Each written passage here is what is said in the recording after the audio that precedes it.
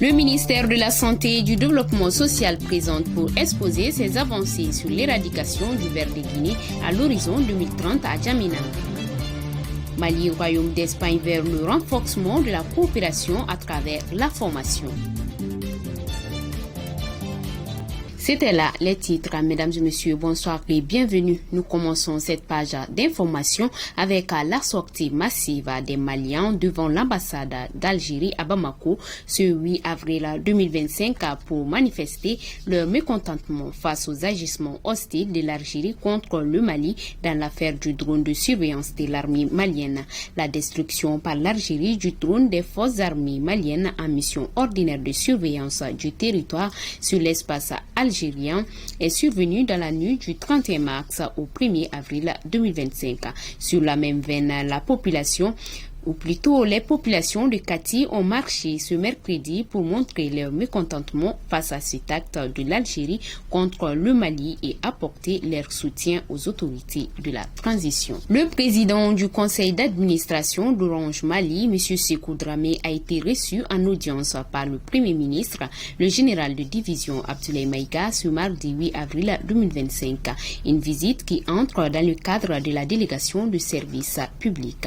Zangawatra pour les détails. Lors de cette visite de courtoisie, M. Dramé a saisi l'occasion pour remercier le chef du gouvernement pour la confiance accordée à Orange Mali dans le cadre de la délégation des services publics.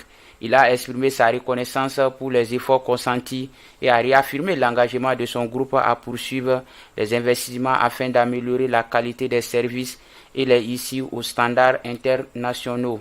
Il a également salué l'implication du directeur général d'Orange Mali, Aboubakar Sidiki Diop, et de ses équipes. Par ailleurs, M. Dramé a réitéré l'engagement d'Orange aux côtés du Mali, notamment à travers des actions concrètes de responsabilité sociétale et a exprimé sa fierté de contribuer au développement du pays. En réponse, le Premier ministre a salué la démarche du président du conseil d'administration et a exprimé sa satisfaction quant à l'accompagnement d'Orange Mali. Il a particulièrement apprécié la disponibilité de l'entreprise et ses actes de solidarité envers le peuple malien. La reconnaissance s'est tenue en présence du ministre de la Communication, de l'Économie numérique et de la modernisation de l'administration, Amadou Ak Ilien. Annoncé dans le sommaire, la 28e revue internationale des programmes nationaux d'éradication de la maladie du ver de Guinée s'est tenue à Djamena au Tchad du 8 au 9 avril 2025. L'ouverture des travaux était placée sous la haute présidence du Premier ministre, chef du gouvernement tchadien, son Excellence ambassadeur Alamaï Alimon. Le Mali était représenté par le ministère de la Santé et du Développement social. Le compte rendu.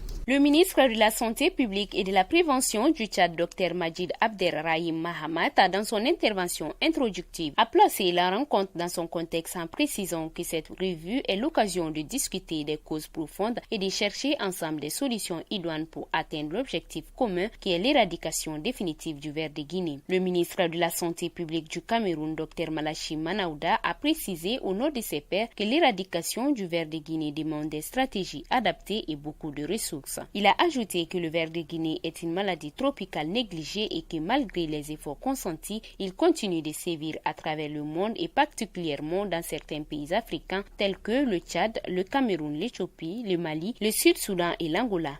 Pour le ministre, il est indispensable de réaffirmer la volonté politique des gouvernements des pays concernés par l'éradication de cette maladie à travers la construction d'infrastructures et la mobilisation de certaines ressources, y compris les ressources domestiques, pour la mise en œuvre des actions prioritaires. Ce projet de résolution, qui sera soumis à la prochaine Assemblée mondiale de la santé, requiert le soutien des membres présents représentant les différents pays concernés.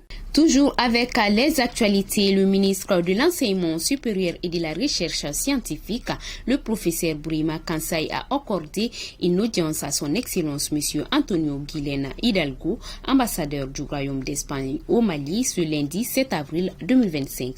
Les personnalités étaient accompagnées de proches collaborateurs pour la circonstance. Zankawatra pour les précisions. M. Antonio Guillaume mettra l'accent sur la présence de plusieurs Maliens en Espagne. Ceux-ci rencontrent des problèmes d'insertion souvent liés au fait qu'ils n'ont pas appris la langue du pays d'accueil. Selon lui, la conduite des Maliens en Espagne est en parfaite harmonie avec celle du pays du Royaume d'Espagne. Il évoquera ensuite la nécessité du renforcement des programmes de formation certifiés en langue espagnole au Mali ainsi que de la question des bourses d'études. Son Excellence, Monsieur l'ambassadeur, a également fait part du souhait de son pays d'ouvrir un centre de certification de la langue espagnole à Bamako sous l'égide de l'Institut Cervantes. Le ministre professeur Kansai a salué le bon niveau de coopération entre le Royaume d'Espagne et le Mali en cette période particulière pour le Mali. Selon lui, les liens entre les deux pays sont bons et datent d'il y a très longtemps, raison pour laquelle dira-t-il qu'il serait très important de bien entretenir les acquis. Parlant du centre de certification de la langue espagnole, le ministre pense que l'initiative est très salutaire. À cet effet, il a ciblé les structures de formation maliennes pouvant contribuer à la réalisation de l'initiative. Le ministre a évoqué l'importance des échanges universitaires, notamment la mobilité des enseignants et des étudiants des deux pays. Il a pour finir donné l'assurance de sa disponibilité pour soutenir toutes les initiatives qui respectent les trois principes guidant l'action publique au Mali. Voilà, c'est tout pour ce soir. Merci pour votre écoute et bonne suite des programmes sur Keni TV.